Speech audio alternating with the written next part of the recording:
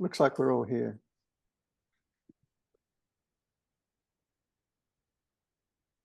Hello, Shahab and Michael. Hi, Luke. Yep, we can hear you. Great. We're just about to get going, waiting for Shahab to tell us that we're live. We are live, Michael. Oh, okay.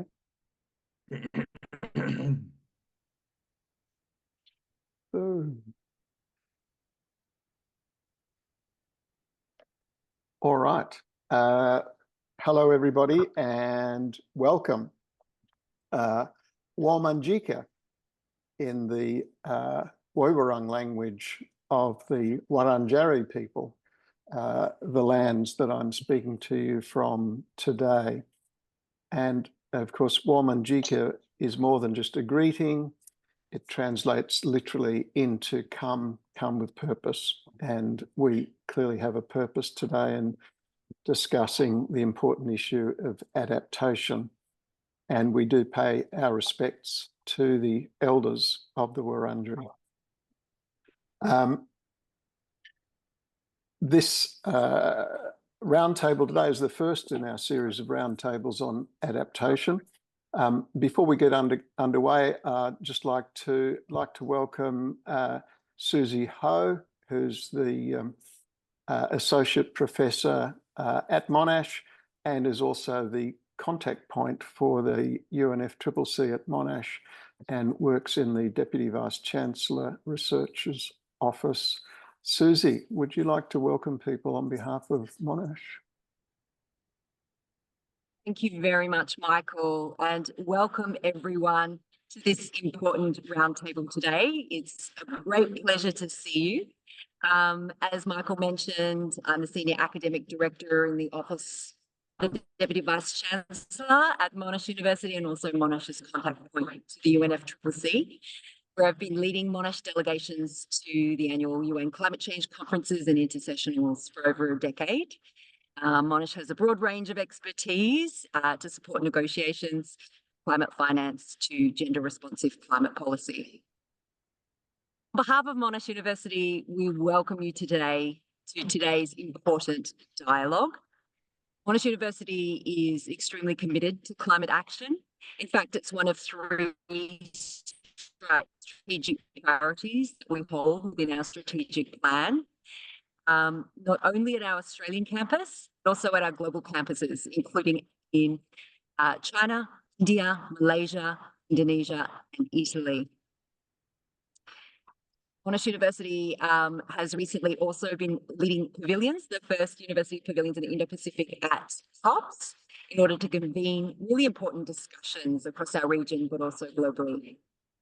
Now, today's dialogue is really important for a huge range of reasons, but for me, one of the most important reasons is sparking collaborations. Something that's very clear to myself and many of you who work in the adaptation space is the importance of collaboration. The UN, it's clear that if we want to move from incremental action to exponential action and system-wide transformation, we require radical collaborations, particularly across the global north and south, of course, also across our institutions, our communities, and the public and private sectors. And so that's why today is important to hear diverse perspectives from across a broad range of individuals. So thank you very much for being here today. Thank you to Michael and Anita for facilitating this important dialogue. And thank you everyone for the important work you do. Welcome. I wish you a very productive and successful roundtable today. Thank you, Michael. Thank you, Susie, from a park near her house, which was great, that setting. Joining us from Washington is Amanda Mullen, who very kindly is probably the last person in the office on the eve of Thanksgiving in North America. But Amanda, would you like to say a few words on behalf of our partner in this exercise, the National Academy of Public Administration? Thank you, Michael.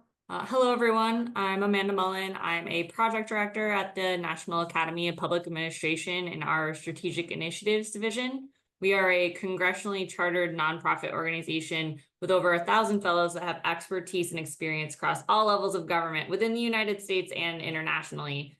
I'm here on behalf of Terry Gurton, our president and CEO, who cannot be here tonight, but is delighted to cooperate with Monash University on this important topic of climate change. At the Academy, I am working on developing solutions to the 12 grand challenges the Academy presented in 2019, including this one, climate adaptation. We recognize that stewarding natural resources and addressing climate change is a grand challenge in public administration, and it is a complex one because it is one that requires public administrators to develop new models of engagement and governance across borders that are local as well as international. And we need to work together and learn from each other across those boundaries to develop new tools, techniques, and practices that can deliver results.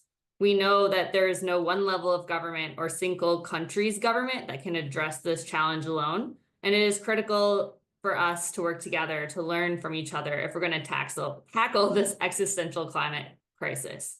And before I hand it back over to Michael, on behalf of Terry, she asked me to express her gratitude to Professor Dan Gutman, who heads the Academy's Standing Panel on International Affairs, and Michael Spencer for convening us here today. So thank you, and I'll pass it back to Michael.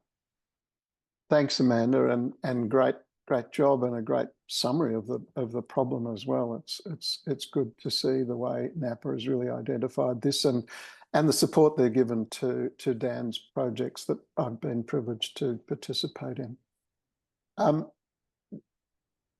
just going to invite Anita Forster, who's the director of Green Lab, to say a couple of words as well. Anita, over to you. Thank you, Michael, and warm welcome to everyone on behalf of Monash Business School's Green Lab. I'm joining you from Dja Dja Wurrung, Tangarong and Wurundjeri Woiwurrung country, just north of Melbourne in the Macedon Ranges. And it's a real pleasure to be here. Green Lab was established last year in 2023 as a hub for research and engagement on climate and sustainability in Monash's Faculty for Business and Economics. So we bring together researchers from economics, from finance and from law to work together on three main research themes, one of which is optimal adaptation to climate change impacts. So our work in this area encompasses food systems and resilience under climate change, water resources, managing the impacts of drought and flood in different communities and different sectors, and health, so social health and economic well-being impacts of climate change. And in the aftermath of COP29, as we are this week, it's very timely and really important, I think, to be turning the focus to climate change adaptation and what it means to live in a world that is 2 degrees or more warmer than pre-industrial times. So I'd like to thank Michael for pulling together this amazing group of presenters and contributors today. I'm really looking forward to this webinar and those that will follow, focusing in on climate change adaptation. But today, particularly thinking about institutions and governance for adaptation at different scales, hearing about what's worked so far, what we know so far about what's worked and what might hold promise going forward in the future. So thanks very much, and I hope you enjoy the discussions. Fantastic, Anita, and thank you, Susie and Amanda as well. Just a little bit of a procedural thing. You do have the opportunity to input the discussion via the Q&A button on your screen, and Anita has very kindly offered to monitor that in case I'm distracted with other things as we move through the morning. So do use that. We do want to make it possible for you and encourage you to participate in this dialogue. The format will be very much conversational. I'm now going to introduce Luke Miller. Luke works for the Department of Climate Change, Environment, Energy and Water. I may have got a couple of those around the wrong way. It can be a long acronym. In Canberra, but he's also a member of the UNFCCC's Adaptation Committee, where he represents the Annex 1 parties. He's just returned from Baku, and hopefully, I think apart from the finance, which is always a problem, generally seen as a reasonable outcome on adaptation. But Luke, before we get into the outcome of Baku, maybe just provide a bit of context for the audience about the role of the UNFCCC in adaptation and how it gets involved in adaptation. Sure, Michael, and hello everyone. Just hoping I'm coming across clearly. Great. Yeah. Before I do, I'll make a quick introduction. Yep, as Michael said, I'm from the Department of Climate Change, Energy, Water and Environment, which, yes, is a long way to say DQ. And I have for the last 4 years been the lead adaptation negotiator for Australia. Before joining government, I was a consultant and adaptation practitioner in the Asia Pacific region, particularly focused on systems analysis and change. So very interested in transformational adaptation and sort of system functionality that underpins that sort of change at scale. So yes, I'm recently back from 3 weeks in Baku, battling some jet lag, I must say. It was, however, quite a successful COP from many perspectives, most notably the agreement to the new collective quantified goal for finance. Many of you will be quite familiar with. I'm part of a team that looks after finance, adaptation, and loss and damage. So I was very connected in both sort of personally and professionally with the finance outcome. But when it came to adaptation, it was probably a COP that was more of a midway health check on an ongoing process, which I'll talk a bit more about. But just to go back to Michael's question about, broadly speaking, how the UNFCCC treats adaptation. Of course, we had the convention in the early 90s established. And then as we move through time, there was a number of knowledge producing and knowledge sharing adaptation instruments or pieces of architecture within the convention, the Nairobi Work Program, and Adaptation Committee, just to name a few. And then things really took hold, I think, in 2015 with the adoption of the Paris Agreement, and adaptation being one of the 3 pillars of that agreement, along with mitigation and means of implementational finance. And so since 2015, there has been generally a scale up of both focus and ambition when it comes to adaptation through this process. And it is in large response, I think, due to what was perceived quite rightly as a bit of catch-up that was needed to be played by the adaptation side of the equation. I think mitigation got most of the attention in the early years. We did, in Article 7 of the Paris Agreement, articulate a very high-level, broad, aspirational goal called the Global Goal on Adaptation, which is a long sentence about increasing resilience, reducing vulnerability, and so forth. But there was little meat on the bones, and so for the last few years, in particular, through a number of work programs and frameworks agreed to, we have started to put some substance underneath that global goal and trying to operationalize it in more concrete ways. And happy to speak to that today more directly, as it was directly related to the outcomes in Baku and last year in Dubai. But I think just overall, broadly speaking, as I mentioned, adaptation is increasing in focus under the UNFCCC. There is a broad and deep architecture that's dedicated to adaptation.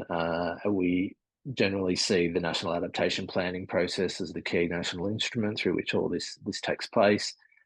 There is a global goal on adaptation, which I mentioned, to which we all aspire, both developed and developing countries.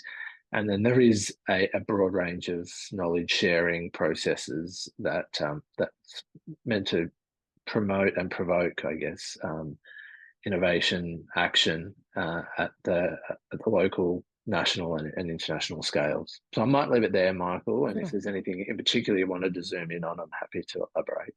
Yeah, no, I think we're keen to hear what you would see as the main outcomes. There was obviously the statement on the global goal on adaptation that went to the Indicators project. There's the matter of finance. There was the statement on transformational adaptation. Number of things. Maybe just pick up on what stands out in your mind is going to be the most influential in terms of the people on this call who are in country, so to speak. Sure. So yes, last year in Dubai, we agreed to a framework which sort of sits underneath the global goal on adaptation, and it breaks it down into 7 thematic and 4 process-related targets. And in Dubai, agreed to a follow-on 2-year process, which is, as you say, around developing indicators for those targets. And so in Baku, we are exactly halfway through this 2-year process. So that's what I meant by a bit of a midway health check COP for this process, and just ensuring that in that party-led fashion in which we undertake this work, the parties are giving the technical experts the guidance and the parameters needed in order to deliver a suite of indicators that are fit for purpose. So that includes both sort of milestone or process related guidance, but also parameters around what kind of indicators are in and out. And as you mentioned, the importance of transformational adaptation was raised for the first time officially, I think, on paper. And we were able, with a lot of support from colleagues in the small island developing states, as well as the Latin American countries, to promote a recent report by the Secretariat on transformational adaptation, which I think did a good job of a sort of 101. And keep that work going into 2025, as we see it as a key part of the systems change that needs to take place in order for adaptation at scale in the context of the new flows of finance from the NCQG. We'll need in order for us to address the rising temperatures that we're seeing. So last year, I think in Dubai, we were in the spotlight a little bit with the agreement of the framework. Australia played quite a key role in co-facilitating that at the ministerial level. This year, I think the spotlight was quite rightly on the finance and the collective goal, and adaptation being a midway sort of check-in. Didn't receive as much, but it was an important process for us internally just to guide what was going on there. I think the other thing I'll mention, besides the indicator work program, which I've touched on, and the continuation of transformational adaptation as an area of engagement for parties and stakeholders, is the no result, or the essentially the procedural conclusions we received on the National Adaptation Plan review, which is a key part of the process in terms of launching national adaptation plans and then taking stock at the international level of how they're going in terms of their development and implementation. We were hoping to come to a conclusion on the review and make recommendations for what has happened and what's heading ahead of us. Australia places a lot of importance on NAPS as the sort of key piece of the architecture, really. And so we were disappointed not to get a result from that. I think the text ended up being quite long and full of things, including finance things, that we found out of scope, and we were unable to secure from the presidency the time to address those in the second week, as the higher level political considerations really narrowed the focus. And so national adaptation plans that are essentially under the UNFCCC anyway, stalled for the next 6 months, and we'll resume deliberations on those in Bonn in June. But I think that overall gives you a fair summary of the adaptation COP. It was mildly successful, I think. Well, maybe a bit more than mildly. There's a new finance coming in. We continue with the work program, but we've stalled on NAPS. It's quite interesting isn't it, this contradiction between the interests of the parties and the technical interest in getting the job done? I know that came home to me at one of those workshops. And the outcome on indicators, for instance, is that they want indicators of global progress, but they don't want indicators that can filter down to any sort of national comparisons. That sort of tension seems to flow through the whole thing. Is that a fair assessment? Yeah, I think the only thing I'd say on differently there, Michael, is that there has and I think there is an emerging consensus around the need for indicators that yes, do operate at the global level, but they'll be fairly limited. As we know, adaptation's very context specific, and it's hard to aggregate up without losing that context specificity. And we would hope to see from the experts a suite of nationally applicable and locally applicable indicators that can capture that context, and where possible, a smaller set of globally applicable indicators, probably mostly around the process, around the iterative adaptation cycle. I think you can say globally meaningful things about national adaptation planning and the inclusiveness of these processes. That stuff can be aggregated, and you can get a global picture of that. But generally, back to the crux of your question, and that sort of tension between the political and the technical, which I think is what you were getting at there, is definitely true. And I think we've seen a bit of a reality check, important reality check from the technical experts, saying, well, what you want at the political level, X, Y, and Z party, is just not achievable.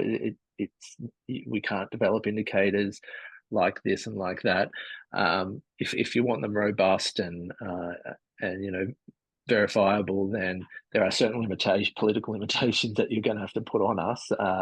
And so it's a really healthy balance, because if it was purely political and we did it at the negotiating level, it would be a mess. So I'm really happy that the SB chairs through the parties have engaged a range of technical experts, some from Australia. We have a couple of representatives from Australia doing this important work, and they'll report back to parties on what's feasible. And at the end of the day, I think we're going to have to be fairly circumspect and humble in what we can say at the global level, and we can certainly, and Australia does hope that at the national level we're able to pick and choose some indicators that really tell our story, particularly around inclusion and innovation and some of the hazards we face. Yeah, quite a challenge. I think it end up 5,200. I've also heard numbers going up to 10,000 indicators submitted, and then the target that the party set was 100. So that's going to be that's right. There was a huge amount of duplication in that farming process, where we just basically scrape together all the indicators that are out there. But yes, once you get rid of the duplication and the ones that are particularly robust, it's now over to the experts to try and reduce that down a little more to something that's manageable, because this whole process is against the backdrop of not placing undue burden on developing countries in their reporting. So we're sort of walking the tightrope here. All right. Hey, thanks, Luke. That's great. We'll move on, because we've got some other people that we'll draw on. Hopefully you can stay around and come back for questions at the end. Absolutely. So Dan, I'll bring you into the conversation here now. For those who don't know Dan, there's a long introduction I could make, but he's co-chair of the NAPA Standing Committee on International Affairs, as Amanda mentioned earlier. He's a distinguished environmental lawyer and a teacher, and he's actually in Shanghai at the moment teaching. But Dan and Oren and I and about 15 other people did a bit of work a while ago that you've been talking about, that was looking at adaptation in Australia, China, and the US, and this issue of how do we move adaptation forward in different systems. So building on what Luke was saying there. Do you want to just quickly sum up the main points from that exercise and reflect perhaps on the issues that Luke was talking about there? Sure. Can you hear me, Michael? Perfectly. Can you hear me? Perfectly. Wonderful. First of all, it's both thrilling and intimidating to be with old friends, you and Franz and Janet, and new and extremely accomplished friends, Susie, Luke, and Anita, and others. So a little bit of intimidation, but the background, briefly, about 15 years ago, Oren, my mentor, colleague, and friend, and one of the pioneers in global environmental governance thinking, were in Tsinghua University in China and began to think about comparing what can be learned from countries. And at the time, there was a view that everybody would become like the West, meaning the US. But it was obvious that was not so, and it's even more obvious in 2024. And so the question is what we can learn, as I think Susie and Anita have said, Luke, by comparing approaches to common global problems, adaptation. So we began a working group 16, 17 years ago. Michael got engaged 2016. We did a book, and now others. And the basic question is, how do you create a framework so that countries can learn from one another? Two kinds of obvious problems. One, where do you start? Different leaders, well, yeah, some kind of leaders in China, some in the US, but do we talk about Trump or Biden? Different political systems, all this other stuff. The core problem is that we're in a world where everybody speaks English, but the words have different meanings. So in China, I learned early on, if you want to see what makes the system run, there are many laws, but you don't look at laws, you look at policies, like the one-child policy. Australia and the US, it's laws. So we began this project during COVID, and our report's on the web, but to keep it short, I hope, core findings. We had to find comparative perspective points. First is fundamental difference between adaptation and mitigation. Of course, they're related, but I know I'll get in trouble for being glib as I am, but mitigation is conceptually simple. We know what we want to do, reduce greenhouse gases in the air and the water elsewhere, and we know how to do it. Sectoral approaches, less coal and electric generation, more electric vehicles and solar, green buildings, green agriculture. And those fit very well in existing governmental organizations, departments or ministries of energy, agriculture, housing, and so forth. We know the metrics, the KPIs, the indicators. Every minute we can go on the web and see the ppm of greenhouse gases all over the globe. So that's relatively simple. Adaptation, by contrast, and Mark Pisano will be talking about this, is place-based. We know that you can have a flood, as in Beijing. The rain can be intense in one part of a city, but not another. The impact will depend on who lives there, old people, young people, subways, the drainage. And so you need intense local data, but not only looking forward on precipitation and temperature, but all the things, who lives there. In Shanghai, my colleague who runs a chunk of the Shanghai climate stuff, there was a typhoon, trees fell, they hit power lines. The power went out, old people had no power. So the cascading effects. To get to the short of what we did, so we began to create a framework for comparison. Points of entry that will be useful. The first two, and this gets to what Luke, I think, was talking about, risk analysis. You obviously got to know the risk, but you need local data and you need local people who can understand it. The basic finding, Australia, US, highly developed. China, colleagues say still developing, but we know highly developed. Not yet ready. We don't have the granular data and the people at the local level who know how to use it. Plans, you know, the IPC, the Intergovernmental Panel on Climate Change, the scientists say, yeah, we got a lot of paper plans, but not put into effect. So core finding is nobody, maybe the Netherlands, I gather, because of hundreds of years, but nobody has the core tools.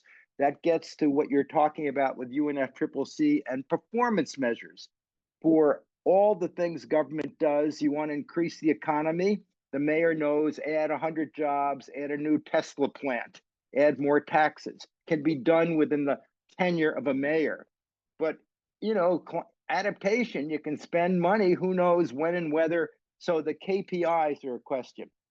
The good news for Australia, and I've had this discussion for years now with Michael and Janet, is on paper, Australia is a leader. You've got a format, a formal set of national laws all the way going down requiring plans.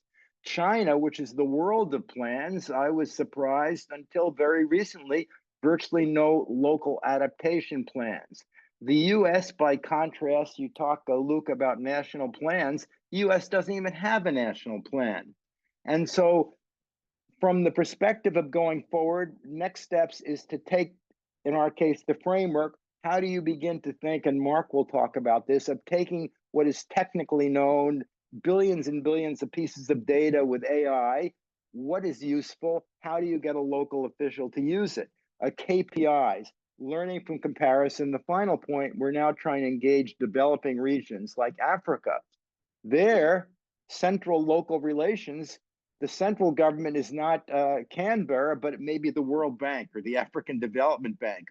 The data that is limited in Melbourne may be non-existent. And so there's a whole core set of questions about no regrets measures. Are there things that you can do locally even if you don't know what to do? And so that I'll finish it up, but that this is really a thrill to get to the point of now, what do we do? And again, learning from Michael and Janet and Franz, you know, on paper, you look great. And every time I talk with Michael and Janet, they say, that's paper, you know? So I changed the topic to the seekers, and Michael says they're better people than the seekers in singing, but I shouldn't talk about that. That's a little bit too You meant the sensitive. seekers. Okay. Yeah. Hey, listen, Yes. there's one question Yeah. come in for you, Dan. Alfred has just asked about the Netherlands. What have they got that the rest of us haven't got in terms of frameworks? Well, I have this discussion all the time, and I had it today with my colleague who's Dutch. A couple of things. When I began to chair the NAPA International Panel, I asked people, NAPA members, can you talk about anything that the US has learned from public administration in other countries? I couldn't find a NAPA fellow that said, we have learned anything. No surprise, Americans, as President Obama said, are people who speak one language. Non-NAPA fellows who do adaptation say, we learn water engineering. We want to know about what to do. And so a constant question I have with Dutch colleagues is, are you prepared? And the one today, yeah, more or less, Netherlands has been doing, you know, the water for hundreds of years. And it's not perfect, but they've got a focus. The point I want to make that also is overarching, all of our countries have many years of natural disaster agencies. The Murray River Basin has been a focus. China, the rivers have had millions of deaths, US floods. Another core governance question is, what's the relation between all of this history of natural disaster preparation and what is needed for transformation? And I know Mark will talk about it. But yeah, the Netherlands, you know, it does seem to stand the test. The people who know about it says you can learn something from the Netherlands. It's not as big as Australia, obviously. I mean, in the geographical, you know. But thanks, Dan. Just before we get to Mark, Oren, you were a co-lead on this study. Oren, by the way, is a distinguished professor at the University of California, Santa Barbara, but he's also a really well-known governance expert, and his contributions on the Arctic have been world-leading. Oren, do you want to add any observations to Dan's comments then on that come out of the study that you think are? Thanks, Michael. Let me just make a brief comment. Dan said early on that when we think about adaptation, the impacts of climate change are place-based. They happen in particular places. The impacts may be quite varied in nature. They could be floods, they could be hurricanes, they could be fires, they could be severe droughts, they could be sea level rise. But thinking forward to a 2-degree or 2+ degree temperature increase world, these impacts are going to be extremely severe. And so in many cases, they're going to require transformative change. And I was struck by Luke saying transformative adaptation. So we need to understand the challenges presented by the pressures to make not just incremental changes, but transformative changes. In some cases, that may mean actually abandoning communities, moving, literally moving. But in other cases where communities stay put, the changes are going to be fundamental in character. And what we are interested in is the governance challenges and the resource challenges that are associated with making really profound and fundamental changes rather than just minor and incremental changes. And that's whether it's in China or Australia or the US or the Netherlands or anywhere else, that seems to be a whole different range of questions than the normal questions of incremental change over time. So that's different countries have different ways of responding, but in all cases, they're going to have to cope with the need to make big changes. And that's part of the problem, isn't it, Oren, that the current institutions that we work through are all set up to do the same thing, and hence they can cope with incremental adaptation, but transformational adaptation tends to find the institutional blockages. Exactly. So I think there's a kind of a mismatch between the institutional arrangements and the character of the adaptation challenge. As you say, Michael, our institutions have been set up to address a certain kind of need, which of course continues and is familiar. But here we're dealing with something that's quite different in character, and we don't have the sort of institutional arrangements in place at this stage to address these more transformational requirements. Okay, which is a lovely lead in to Mark, who's leading the work for NAPA on adaptation. And Mark is the co-chair of the Standing Panel on Intergovernmental Systems, but he also has a very distinguished record of public service in regional planning, environment and infrastructure. Mark, you've done some work over the years. A paper that attracted my attention was the idea of climate resilient boundary centres. Are they at the centre of what you're working on at the moment for NAPA, or are you working towards a different tack at the moment? Well, first of all, Michael, thank you for inviting me and to be part of a truly distinguished international group that is focusing on this issue of adaptation. And let me begin by stating I chair the Intergovernmental Systems Panel at NAPA, and our charge is how do the levels of government and the sectors within our society, how do they interact to be able to solve today's complex functional system problems? We call them grand challenges. The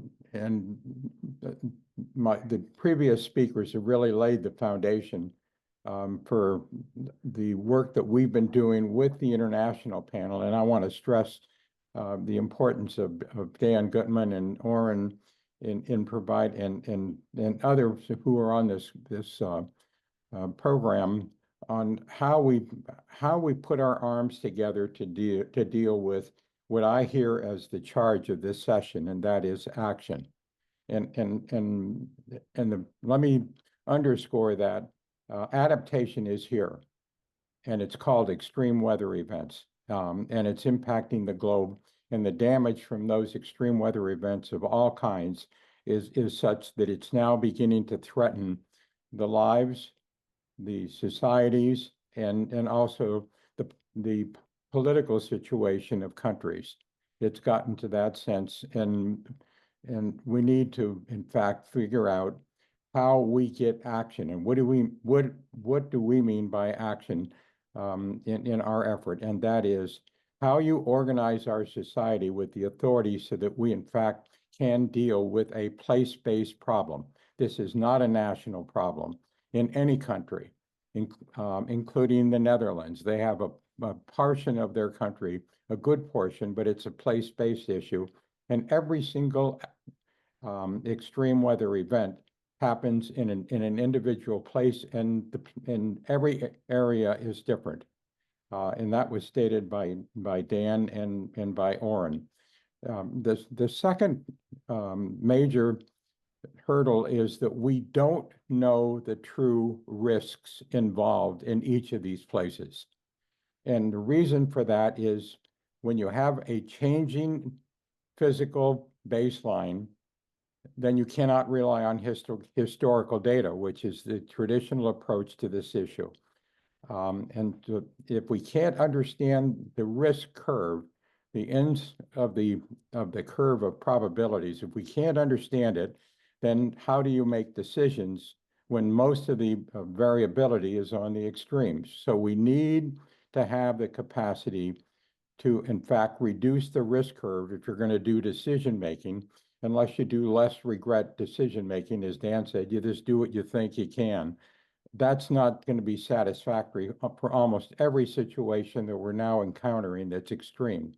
And I say that because the start of our work was with the National Weather Service and its director, previous director, Lou Ussolini, who transformed our weather service in conjunction with our emergency response service to be able to forecast and to deal with weather events, but they can't deal with the extreme events, and they know it. And the person who led our initial thinking, Ussolini, said, extreme weather events require, as Oren so aptly described, transformational investments. Namely, what you invested in the past and what you did in the past is not going to deal with what you're going to deal with in the future. And even the people who've been leading this effort globally, the Dutch, are now encountering this question of what is it that we do now to raise the delta to deal with the variability, and they're having difficulty in determining what is the corrective hardening action, even in that area, I consider the global leader. So the question then that we put on the table is, how do you take the limitations, namely, every area is different. Secondly, we have a risk curve that we don't understand. Thirdly, we have governance structures that do not cover either the function or the geography of these extreme events. And how do you create authority? If you don't have authority, and I hope I'm not on a limb on this, but regardless of the political system, if you don't have authority to actually deal with the action in your area, then it will be very difficult for any governmental body to make decisions. And therein lies, how do we change the rules of the game in all the different political systems so that an entity has the authority to act?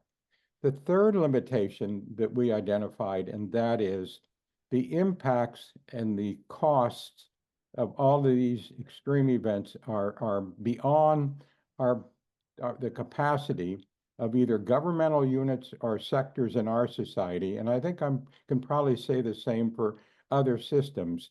We're facing something that is extremely costly, and we haven't organized ourselves to deal with that. Let me just summarize. Those are the three limitations. What we have focused on is developing pilots so that we, in fact, develop proof of concepts for action. I think the time, and I led a planning agency for 32 years, we were able to deal with all three of the limitations that I spoke about in traditional problems, and we called the implementation to that mitigation, even in the built environment. In the adaptation world, it's got to be transformational, and we don't have those three tools. So in summary, let me conclude. We worked to start an action program, not a planning program, an action program. We started about 10 years ago with our leading research institutions in science, that is Caltech, MIT, and our Jet Propulsion Lab.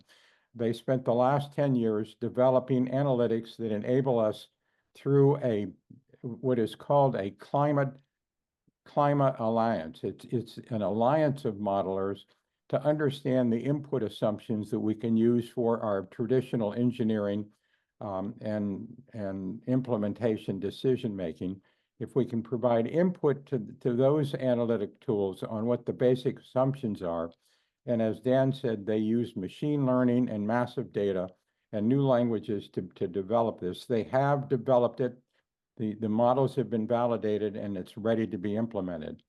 The second thing that we did was, how do we get permissive authority? And I think this is true for any political system, authority for the local areas to create a entity that has authority to take action. And let me say that the difficulty here, you're taking action on property and land. And that is a dilemma in any political system. How do you, in fact, make decisions that affect how we use land, abandon it, modify it, or how do we change the natural system? You need authority to do that. The third thing that we've been, and we now have within our country, not a national law, but we have some states who are experimenting with that. And we have the state of California and the state of Maryland have developed permissive authorities to create new entities that could, in fact, do the decision making. They're called boundary centers in terms of what's the right boundary and what's the analytics. And the final leg of this stool is, how do we, in fact, put money associated with that decision making? How do we deal with three types of revenue streams? And that is the traditional revenue streams that exist in government in our country, namely grants. And secondly, how do we capture the benefits from adaptation actions? And that might, the word benefit may seem strange, but avoidance of damage is a benefit, and it can be quantified if you have the right analytics to give you granular decision making. How do we capture benefits so that you have a beneficial use stream, so that you can couple the various funding streams together into new approaches? I've summarized the elements, and let me just conclude by stating we're now taking the three elements. We've put what I just described together in a joint paper that Dan and I and a whole set of fellows within NAPA and outside of NAPA that involve the best experts in the world, people like Rob Lempert from RAND and Tapio Schneider from Caltech, and Uu Salini and his expertise. We've put together a paper that describes what I'm talking about, and we're now in search of pilot projects. And we're open to working with any country who wants to move to this point of, can we test and undertake pilots and develop the wherewithal to, in fact, learn from these pilots. And it would be best if we had pilots in multiple countries so that we could, in fact, learn from multiple action items. But in conclusion, I would say, if we want to do action, and we desperately need to undertake action, we need to move past the world of strategy, planning, and policy. Neither of those can make the kinds of transformational changes that is needed in physical places. You need the action of political leaders and all the various components of a society and all the different funding streams if we're going to at least what we have learned, all of those need to be brought together if we're going to get action in this world of let me call it extreme weather events, because adaptation doesn't really capture the intensity of things that are happening in places. Thanks, Mark. That was great. We've got a couple of questions. So Patrick has asked, the United States has a lot of experience with tornadoes. Can you hear me, Mark? Yeah. So his point is that it seems as though the US has been dealing with extreme weather events for a long time. Are there frameworks, tools from how you've dealt with past extreme events that could be applied to future adaptation in the US or other places? Do you want me to address that? Yeah, Michael? that's a question to you. Yeah. Fair enough. Tornadoes is one of our extreme events, and yes, we have had a lot of experience. And what we're now seeing is that the intensity and the frequency of the tornadoes are such that their impacts locally, and this is best described by Usolini in his work with FEMA. We're able to somewhat identify them. We're able to give some warning, but now the impacts are so catastrophic that the areas that are impacted are not recovering from them. And that's the place we are right now, and it raises the tornadoes is one. I could cite the fire events that are occurring in our country, and is another. The third are these new atmospheric rivers that are now hitting almost all parts of our country, and add to that the whole issue of coastal impacts from both. I mean, we're learning from all these events that we don't have a system in place to deal with the extreme nature and character of their impacts. And that's what's pushing us to say, how do we alter the way our society, and I believe the challenges that we face physically and financially are going to be no different than other countries.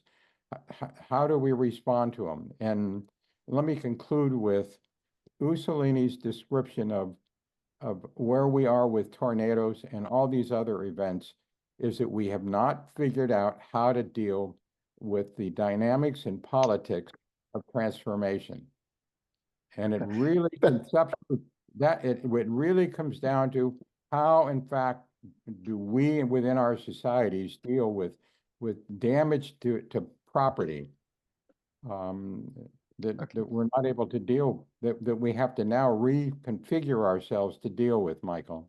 That would be my response. Thanks, Mark. And that's a great segue, because Luke has indicated that he's got a couple of comments here on this idea of transformation. Luke, do you want to come back into the conversation? Yeah, thanks, Michael. And what a thought-provoking discussion it has been. Thank you. Yeah, I guess a couple of comments from my perspective and listening to my my fellow panelists. The governance question around transformational adaptation and the place-based reality of impact reminds me of probably the area where we, as a global community, have had the most success in transforming or transformational adaptation or systems resilience, and that's in urban areas. So the concept of a city and the idea that you can sort of more tightly put your hand around the systems that sustain that city, whether it be transport, drainage, power systems, and so on. And you can map or assess the resilience of those systems once you break those systems down into their institutional components. There are the the information and knowledge networks, as well as the actual hardware, the built environment components, and how in a tight, confined area under broadly speaking, a mayor or a system of governance that can institute changes at scale, you're starting to see the ability of cities under the 100 Resilient Cities program, the City Resilience Index, so on, able to assess the system's resilience of their cities and address them through locally informed action. The complication, it seems to me, is, and I've been grappling with this for some time, is it makes sense in cities where you can conceive of systems and their interdependencies and sort of forecast the cascading effects that system failure might have. How do you apply that sort of systems thinking beyond the urban environment where these systems aren't as tightly organized and easily conceived of? And so when we try to talk about action, transformative action in other parts of countries and communities, maybe across larger areas, across multiple governance jurisdictions, the idea of systems change and the coordination and information you need to achieve that becomes more difficult. So it's an observation and it's a thought starter for my fellow panelists, but I've been a part of some of the city resilience stuff. I've seen successes in that context. I think we can diagnose system resilience quite accurately in that context, not perfectly, of course. It gets harder at different scales and in different areas, and transformation as a consequence becomes more difficult. Yeah. Thanks, Luke. That's great. And I think we might circle back to some of that when we speak to Janet in a moment, because I know some of the projects that we've been working on here in Australia have tried to understand that. But for the moment, I'm just going to turn to Professor Liz Lozes, who's an adjunct at the Nicholas School of Environment, Duke University, focusing on sustainable resilient infrastructure. And earlier this year, she was part of a project on adaptation indicators for the White House. Early in his term, Joe Biden asked all federal agencies to produce adaptation plans, and Liz and the team's job was to say, well, how do we make sense of all this? Is that right? Indeed, and it sort of picking on up on what Luke said with the UNFCCC trying to do indicators nationally for national adaptation plans in the government, the Biden administration was really focused on its agency adaptation plans. As Dan mentioned, the US is the only G20 country that has no national adaptation plan, and at the moment has no plans of making a national adaptation plans, although there are folks trying to change that. But they do have agency adaptation plans, and a lot of these issues that have come up today can be crystallized in trying to coordinate the different agencies of the government. So when the Biden administration came in, they asked for 23 different agencies to immediately, they gave them about 60 or 120 days to create agency adaptation plans. And they were all over the board. But part of what was requested was key performance indicators. And they wanted it both to be able to see, is the money that we're spending working, to track what's happening within the agencies, but also to be able to wrap it all up to understand what's happening nationally. And if everybody is either not tracking this, not measuring this, or doing it in a different way, it's very hard to look across the whole country, across agencies. And so with the first series of plans, the agencies handed them in, but went back to the White House and said, we really need help on indicators. And that's when we were asked to come in and help, and we worked to help build plans for the second set of agency plans, which came out earlier this year. And lots of what we've already heard was relevant, but I would say if you just picked, perhaps to me, what was the most interesting sort of single item I took out of it is agencies, for the most part, understand they need to do this, they want to do this. It's very hard to do it. And what they really grasped were what I call process indicators. And that is they're able to track whether they're doing what needs to happen. Like they are budgeting for emergency plans, they are training their staff, they're developing opportunities to train government in local communities, they're doing plans, all this stuff that Mark just told us doesn't mean anything. So the processes are important and you do need to do them, but they're not an end goal. What we also tried to walk them through was how to come up with what we call outcome indicators or performance indicators to really understand what the impact of these are. And it's just extremely hard. And we really, only the agencies that had been looking at this for the longest and had the most sophisticated, staff to be able to do this really could take this on. And so I'd be interested, I don't know if Luke maybe later could indicate whether this is a similar problem that he sees at the global level with the UNFCCC, but that was really one of the indicators, one of the sort of key takeaways I took.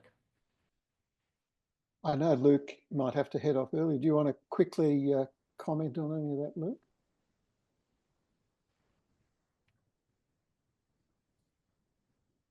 Yep, sorry. Trying to manage kids in the background as well. Yeah, I think what we're seeing in the indicator process so far is a growing acceptance that the process indicators are extremely high value and are easier to deal with. The thematic ones that we've set ourselves are very broad and attempt to cover everything. And so given a finite amount of indicators that we've set, the experts trying to get indicators to address those in a meaningful way that can capture the context and also speak to global trends is going to be a really tall order. So the process indicators has long been something that Australia is really keen on as to how we do things. And if we can continue to share through the other parts of the UNFCCC, the knowledge sharing processes around good practice, not best practice, but good practice, then I think we can really apply some quality through the tracking of those process targets. Hey, thanks for jumping back on there, Luke.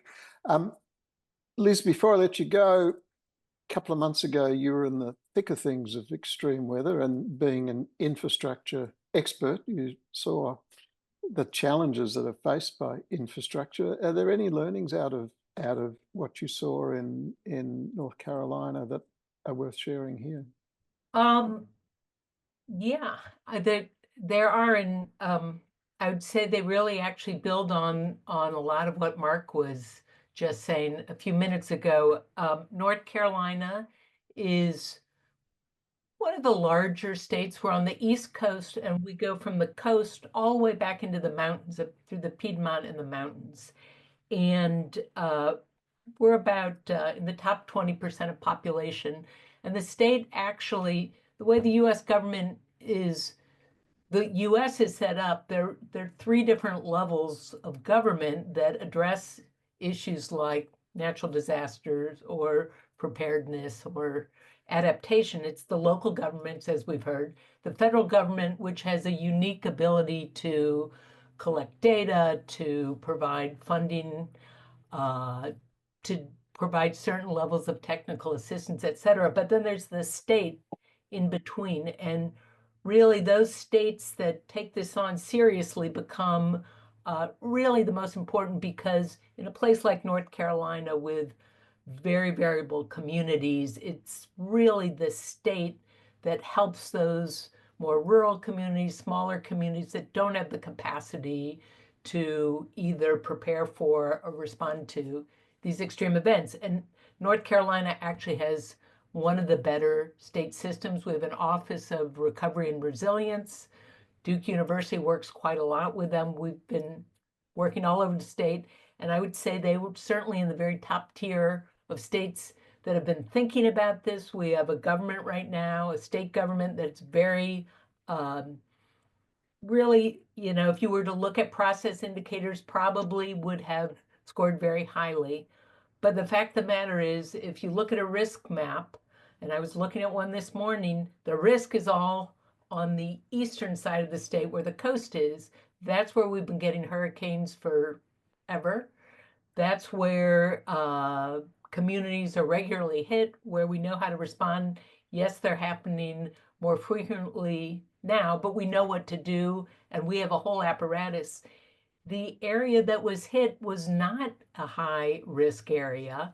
And in fact, the interesting thing at this moment, as we look into the recovery and rebuilding stage, is this North Carolina office that I mentioned, NCORE, actually doesn't even have the authority to work in the western side of the state. They have the financial authorization only to be working in the high-risk areas, and that is where the designations are, the counties that they can do certain things in. And so they're actually being hamstrung, being able to go in and do the work, because it's the level. And I think this sort of goes back to what Mark is talking about, is the right scaling of authority. There's it's just not been the part of the state that we were preparing for a disaster of this magnitude. Mm, which is, of course, Mike- goes Michael, back to that unpredictable thing. Yes, Mark. Can I add to what Liz just described, and that is, I raised this question with Lou Ussolini, and that is, you've been able to reduce deaths and damages.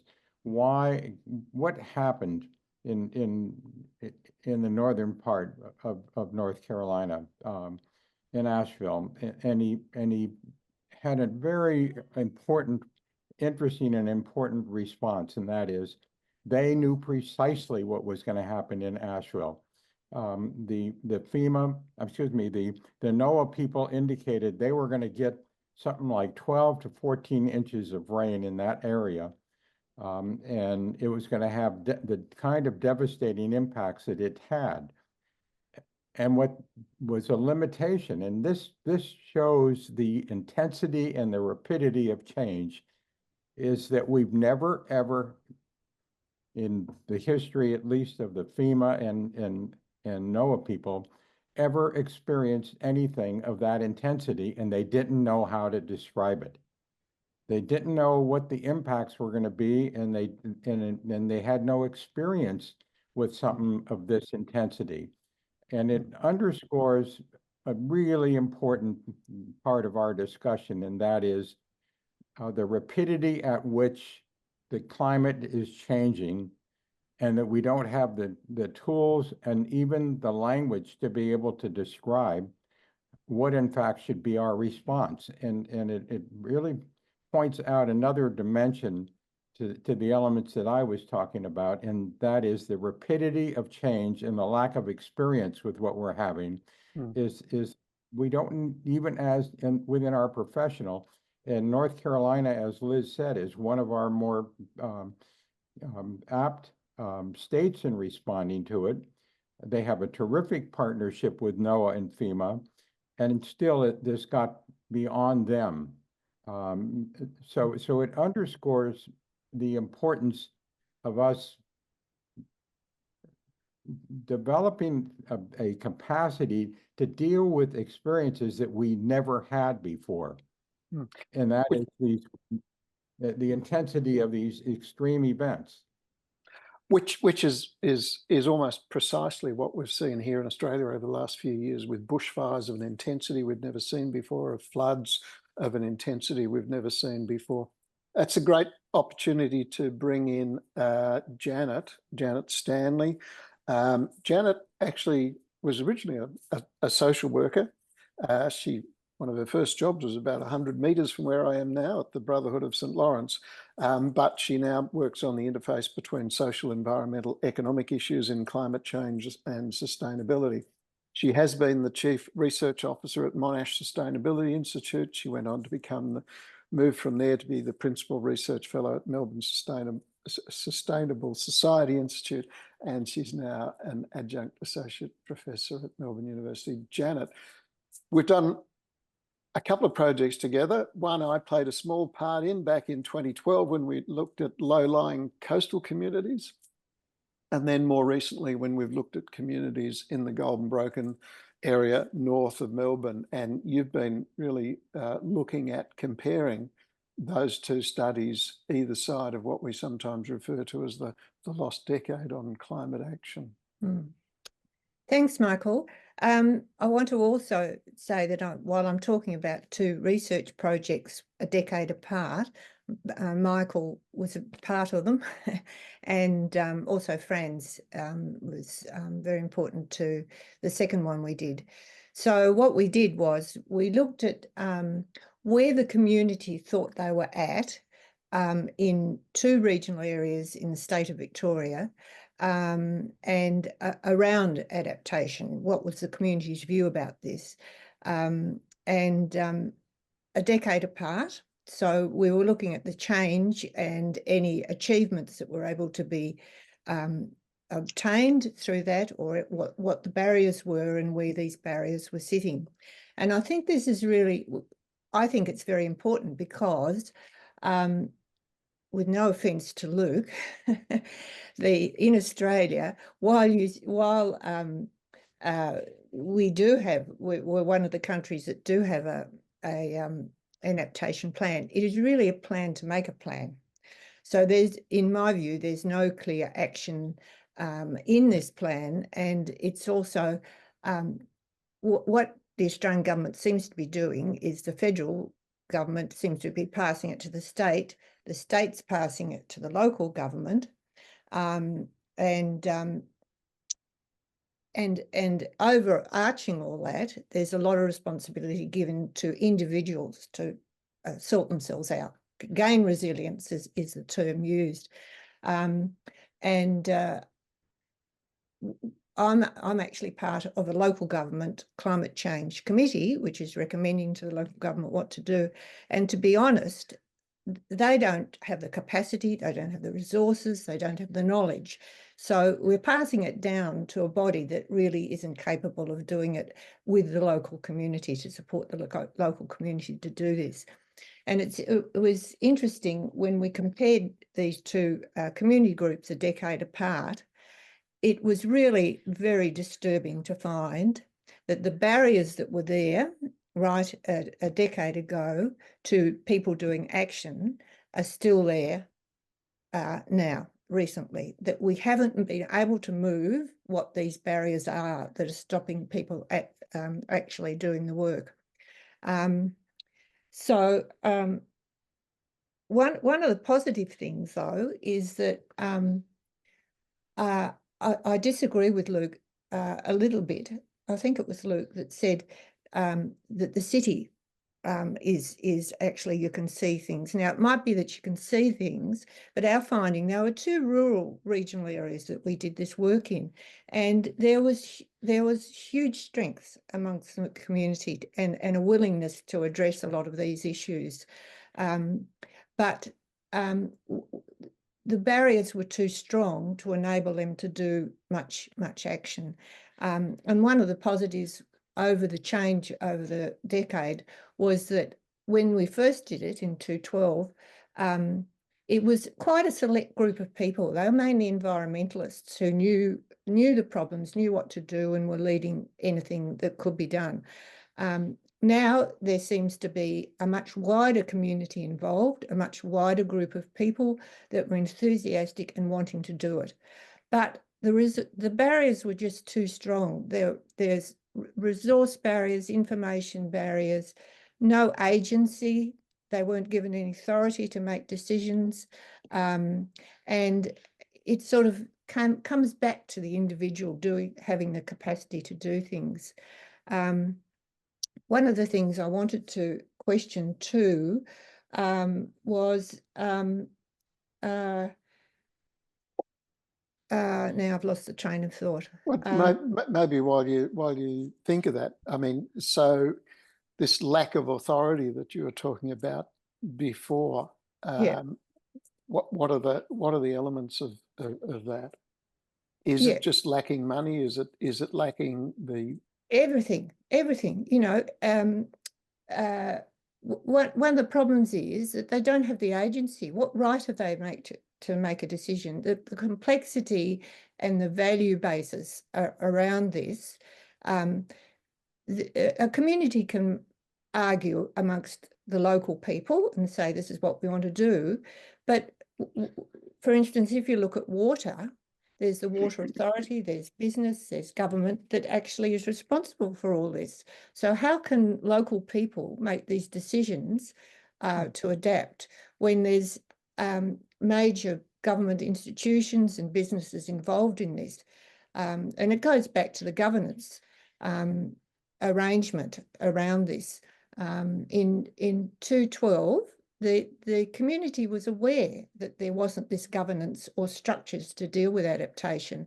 And one of the things that came out way back then was that we actually need institutional structures. So the federal government needs a structure, the state government needs a structure, and down to feeding into a regional structure, which needs to be supported by to do the action. They actually oversee the action in the region, and supported by facilitation business type of assistance on one hand, and the other, the research, the risk data, the information feeding into it, who then feed into the smaller local groups to deal with this. So I think one of the strong findings was, again, what we've all said, that the structures aren't there to deal with this issue. All right, well, that's a great opportunity to bring in Franz, who, of course, comes from a different perspective as a management academic at the University of Melbourne. Franz worked with Janet and I on the more recent projects in the Goulburn Broken. Franz, what did you learn from those exercises? Well, I think the thing that strikes me is that what we've heard in the discussion so far is that clearly goals and metrics are very important, but also institutional and organizational structures are very important, right? So we heard Luke talk about the former, Oren, Mark, and Janet about the latter. And I think they all recognize that there's a strong interdependence between the two. So in my discipline, that's often it's often talked about as the strategy and structure problem, right? So one view is that structure follows strategy. You set yourself a goal and then you do whatever it takes to organize yourself. And the counter view is that actually it's the structure that drives the strategy, because you're embedded into these existing structures, and that actually influences what goals you set yourself. And personally, I'm siding more with the latter argument that there's a strong influence of existing structures. I think that's something that we know pretty well, that and we see across domains, across the world, that established structures really exert a powerful influence on the people that try to act on them, right? And we know that they breed inertia and they breed silo thinking, and that becomes really challenging becomes a huge problem when we try to give new and grand challenges to existing organizations to tackle, right? That's usually a recipe for failure. There's this famous quote, right? That the master's tools will never dismantle the master's house. So you can't have transformational systematic change by using kind of existing structures because people are so embedded in them. So these structures, I think, are really important. And it's not something that I think is often part of the public discourse around kind of the adaptation challenge, right? Rightly, there's a lot of focus on on resourcing, right, on getting finance for it, and we know that there's a huge gap. Rightly, there is a conversation about that we need to set more ambitious goals, but I think we really need to also think out of the box for how we actually organize to deliver on these goals and put these resources to good use. And I think Mark talked about some really great ideas to get towards that, right? To be more innovative in how we organize ourselves.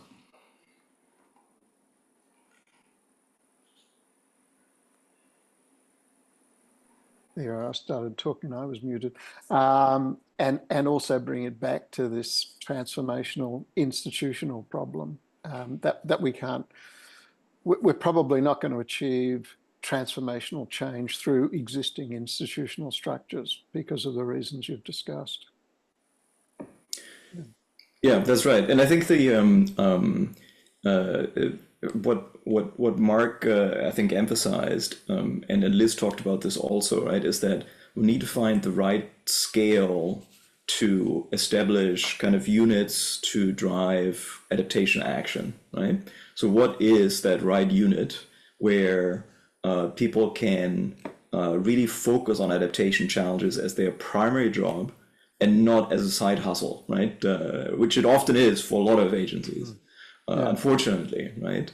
And these units need to be scoped in such a way that they can take obviously effective action, that they have agency, they have some freedom to experiment and to pilot new ideas that are adapted to kind of local conditions. And I think all these principles, I think, Mark, underlie your idea of these boundary centers, right? And finding kind of a way to connect the right actors. So, you know, that they have a sense that the way that they're organized, they have some control over outcomes, right? It's not just a loose network where they constantly have to negotiate access and resources, but that they are resourced in such a way that they feel they can set ambitious goals because they can actually pursue them. So finding these kind of independent, rightly scoped units, I'd love to see ideas and more discussion in Australia and the world around that. And a second layer to that, then, I think, is that we also need integrating or integration mechanisms where these units kind of talk to each other, right, and share knowledge, make sure that their actions are aligned, that there's not that there's synergies and co-benefits and not negative or externalities. And that's a huge challenge, obviously, organizationally. But those two, right? So finding those units and finding kind of really effective integration forums and mechanisms would be the organizing or the organizational innovation I'd love to see more of. Okay, thanks, Franz. I think, Mark, have you got your hand raised? Do you want to jump back in here? You're on mute though, Mark. You'll have to. Sorry, I wanted to ask Franz. You characterize the existing institutional structure right on target. And the unfortunate dynamic is that all those institutions have enormous societal and political and financial power. And they owe their existence to an existing business plan that is no longer sustainable. And an assumption that we made in our work, and I'd like your reaction to it, and that is, if you try to start and create a new institution out of whole cloth, that one, you're fighting against them, and secondly, it'll take you a very long time to get around that. And as a person who, I'm assuming that your expertise is looking at institutional design, we use the following assumptions, and that is, rather than create whole new cloth, that the permissive legislation that we spoke about gives permissive authority to create new public joint ventures, where you take existing entities, and the principle in the legislation in California is if they bring resources to the table, and they don't have to be powers in common, if they bring resources to the table as a power in common, they can form a new entity. and it's called we call them a public funding authority, which is a public joint venture. And they have the capacity to contract. They're not implementing agencies, but these new these new joint ventures are funding and accountability structures, not implementation. Your reaction to either, is that the correct design principle, or are there other ways that we ought to be thinking about it? Because I think what you stated, I totally agree, but it's a question of how do you do it in a political world and a financial world. Yeah. I'm out of my depth when it comes to the political word. That's not my area of expertise, right? That's not my discipline. But I think the key word in terms of kind of organizing the administration and the accountability that you've mentioned, right, for these new structures, is that they're joint ventures. They're a proper organization, not just a loose network of like-minded actors, right? I think that is key. Now, the critical interface in this design that you mentioned is then how do you actually then organize the implementation? It's great that the financing and the accountability is in a unit that brings together the relevant stakeholders. But if the implementation is totally decentralized and hard to coordinate, that will likely be the weak point, right, in the design, and that would need really close management, right? We have a lot of very ambitious case studies of very ambitious projects where highly decentralized implementation led to ruin, right? So we know that often is kind of a challenge, right? So managing that interface, I would imagine, is really key. And the instrument that we're using is contract authority. And that is, you have a political authority, but you also have contract authority, at least in our country. It may not be true universally, but that is the public finance authority has control over the money. Yeah. And exercise is based on performance metrics, which is why the work that Liz and others are doing is so critical, that you use performance metrics to, in fact, achieve integrated goal accomplishment, but you use it through the purse and use of contracts, what's your reaction to that? I think Dan also has a thought on this. So essentially you're relying on a market mechanism, right? So that you're offering payment for a particular service against a particular kind of performance target that you're setting, right?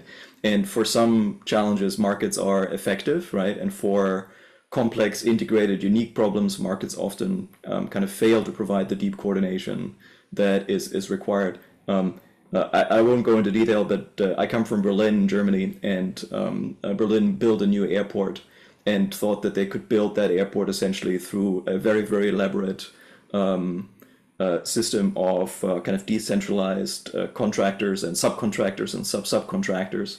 And if you look up the history of that project, you'll be shocked that despite all the good things that is being said about German engineering and organization and discipline, that was a huge disaster, right? So I bring those concerns to kind of the complex problem that we're looking at here. That's a great discussion. We're pretty much at the end of time. I've got a comment from Dan and a question for Janet. So Dan, but you're on mute, so we can't hear you. You're good now. No, you didn't hit the right button. Unmute. Yeah, can you hear me? Yeah. Yeah, big picture. This is fantastic discussion. The question is comparative learning. I'm thrilled to see our colleague, Professor Shu Tong from Fudan, also early in the morning, who's worked for years with Lou Cellini, worked globally. One of the points that Professor Tong makes is, in contrast to mitigation, where countries argue about who's responsible, comparative learning is a possible win-win, where everybody in Shanghai, Canberra, Washington, Asheville may learn. And going to Franz's point, one of the things that occurs to me, and it's a longer discussion, but Oren is my mentor, is that the mitigation challenge is a collective action problem. All the countries got to do together. But in contrast, adaptation is kind of every Elon Musk for themselves, going to the point that Franz is making about marketization, that if you are afraid of getting flooded Nashville, Elon can move his factory to someplace else. And so the context of the need to transform is the Hobbesian world of localities competing. You don't like the flood, move to our locality.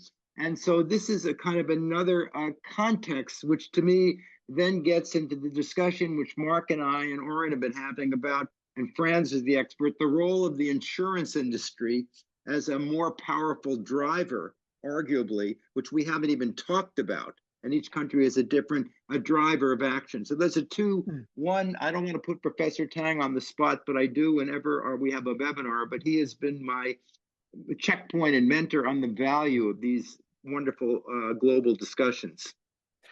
Dan, that's great. And of course, our future, the next roundtable was to be on risk and insurance. We've moved that back to the end of March because the national risk assessment that we're going to kick that discussion off with, that's being undertaken by the Australian government, I'm told has been delayed. And so the end of March is going to be safer. So we're bringing forward the next roundtable will be on water. We've had a fantastic panel and lots of great people. Janet, I felt as though I cut you off perhaps a bit before. Do you want to share any final reflections? And of course, one of the issues that there you go, my 95-year-old father decided to call me just now. But particularly this issue of vulnerable people and how we manage the most vulnerable in our society in the context of adaptation. Or is that too big a question, perhaps, to finish up in 1 minute? I'll be very brief. And it's a very important one, and it was reflected in the latest international climate change meeting that while Luke says that there was a good outcome with finance, a lot of people saying there wasn't such a good outcome. And the real problem is the inequality in this.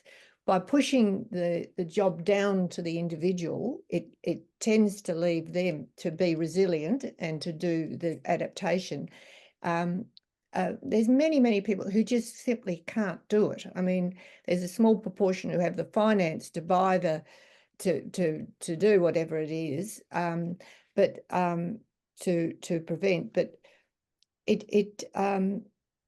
we've got communities in Australia, like Indigenous communities and small rural communities, who simply can't deal with this sort of with problems. And it's a body that needs to make the decision that this community needs help, and they need to be moved as a whole community to be adapted properly. They can't do it by putting up levee banks or whatever it is around their house, because it then floods the next house. So it's a major problem. We haven't addressed it either within developed countries or in industrialized countries, how we're going to deal with this. Right. Thanks, Jen. We need to finish up. Oren, did you have a final thought? I see.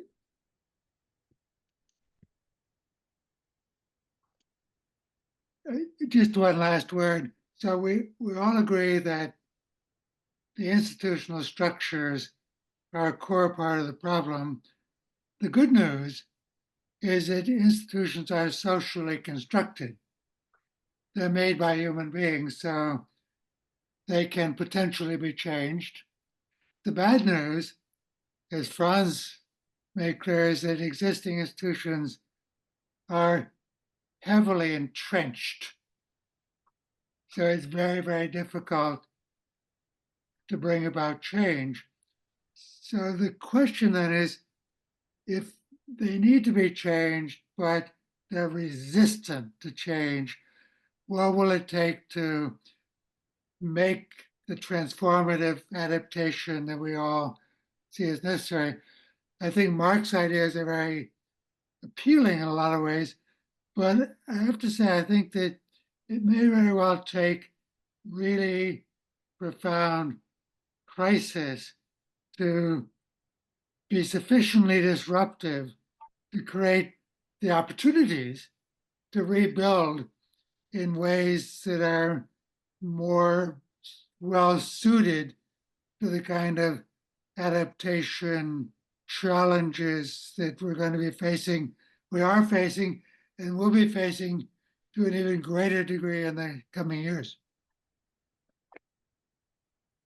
We need to finish. Thank you for that slightly pessimistic, but perhaps a little bit of hope in there, Oren. Optimistic at one level, institutions are social constructs, so they can be changed. They're not facts of life. But what it takes to bring about really big change is not just business as usual. Can I thank you, Oren, Dan, Janet, Liz, Franz, Amanda, Luke, who's had to leave us to look after the small children. Who did I miss? Did I get everyone? Susie, who came on early. This is our first round table. Really happy with how it's gone. I hope you are too. Please provide us with feedback. Most of you should have the Green Lab email or my email, michael.spencer@monash.edu. Really keen to hear from you. The next one, which I'm already working on with another Napa fellow, Felicia Marcus, will be early February, and we'll be talking about water challenges. And then in March, we'll be talking about risk and insurance. We've got another one planned on health. So a big program that, depending on whether Anita continues to tolerate me, Green Lab will be running right through 2025. Thank you, everybody. Thank you, everyone who joined the call. It's been a great morning. Anita, maybe you want to sort of say thank you or something as well, but we'll move on. You. Yeah, wonderful. And I think we need a pilot of Mark's boundaries centre governance in Australia. So that might be something we could all work towards in the future. It's been a great discussion. Thank you very much for everyone's contributions, and hope to see you at the next Green Lab Adaptation Roundtable. Thank you. Okay. Bye, everybody.